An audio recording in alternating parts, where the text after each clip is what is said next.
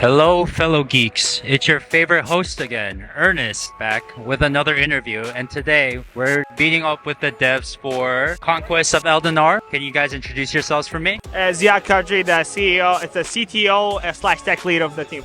Corey Kemper, CEO of Mythboard Entertainment and the creative director for Conquest of Eldinar. How did you guys come about of creating this game, and what were some inspirations that came behind it? I mean, it's pretty simple. Wanted to tackle something achievable as small-time indies, right? We got to do something realistic but ambitious for our first title. Old school Blizzard was a big inspiration for me on a lot of their titles. This kind of mantra of, well, you don't got to be the first to a genre, but you should try and be the best. I played a lot of Flash games when I was a kid in the school library, like I'm sure many other 2000s kids did or whatever. You know, I played games like Stick Wars, Age of War, Warlords. And so I took a lot of those games, I put them together, and I was like, let's take all of those really, really good ideas that so many of us got hundreds of hours of enjoyment on for free when we were kids. Let's take those ideas, put them together, and put it in like a full title with great production values and really level up those concepts to like the modern era. And great presentation, great music, great everything, tie it together. What have been some of the biggest challenges that you've encountered when creating Conquest of Eldinar? Yeah, a lot of the challenges that we faced are with having the right people around to do it with, right? And the team building aspect of it, because there's a lot of people that are interested in doing something like that, but there's not a lot of people that stick around for the difficult parts to do something like that. So the majority of the work that you see done in this game so far is 98% of that work is just between me and him, right? And we've met people that are interested that stick around for maybe a month, 2 months, whatever it is, but we haven't been able to build as core of a team as we want to. And that's what we're working on as we're getting more traction. We're able to do that more and more now. We have more people that we really like working with, where the team is about 6 people now. I say 6.5. 6.5. You know, yeah. And we got composer Derek Shire. Look him up on YouTube. Amazing music, and he's been around like the whole time now. Yeah, soundtrack. Absolutely amazing. So you guys said 6.5. So how's the half person calculated? Is it like you chopped off like half of their body, or like you're like basing off of their capacity? Like they have half a brain, so they only contribute like half a person. Can you explain that? What do you mean by 6.5? I'll say this. You know, like to bounce off of what Ziad is saying.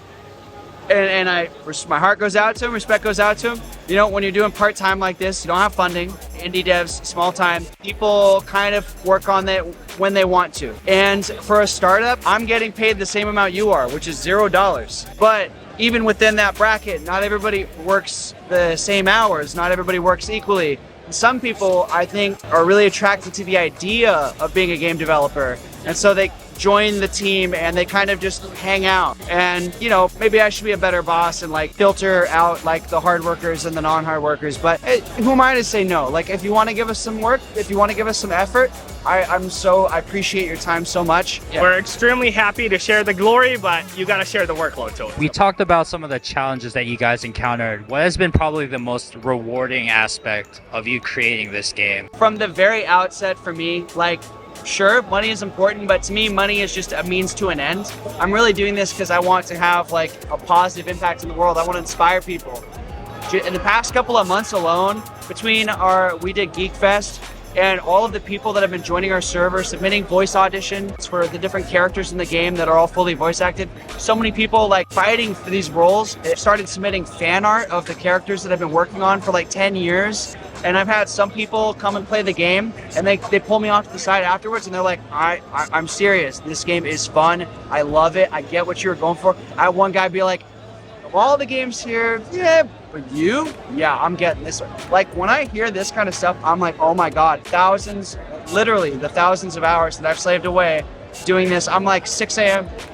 crunching on this alone in the dark in my bedroom, and to hear people genuinely show through the fan art, through the comments, through the auditions, through all of these acts of love and appreciation, show that my sacrifices actually meant something and they're building towards something great, I could die happy. It's hours and hours and hours spent in my room, just sitting on my desk, eating Doritos, you know, just trying to finish the thing, right? And you don't really see the rewards of that or the impact that that's going to have on people right away. And every moment that I see the impact on someone's face, that is the most important moment to me, right? When I see someone play the game, they're happy, I see the smile on their face.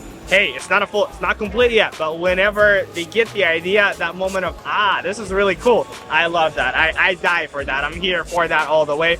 And that's enough for me, like, to keep going until the finish line. If you had to describe Conquest of Eldinar in 5 words, what 5 words would you use? I'll give you 3.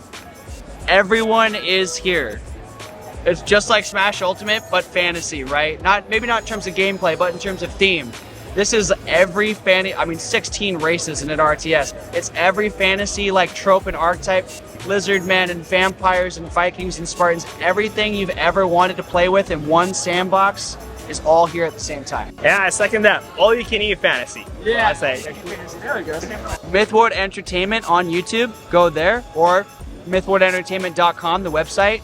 It takes you to the Steam wishlist page. We're just really trying to get the word out there, get that momentum going. We need those wish lists so we don't crash and burn on launch day, you know? So wishlist the game, subscribe to the YouTube channel. I recommend that you join the Discord server as well. Again, on the website, the Discord server has been popping off lately. Everybody in that community is so, I don't deserve them, honestly, I don't deserve them. They're so sweet, they're so nice, sharing their art, sharing their love and excitement for the project. People are just dropping in every day asking, hey, how you doing? You know, checking in on each other, sharing pictures of their cats and dogs. So I recommend it. It's a great time, it's a great community. Now is the time to be here on the ground floor. They recommend it, but I say you have to do it. Wishlist their game. Make sure to subscribe to their YouTube. Make sure to join their Discord. I'm not saying this as a recommendation. I'm demanding you guys to do it. Thank you guys again so much for your time. I'll see you guys on the next video.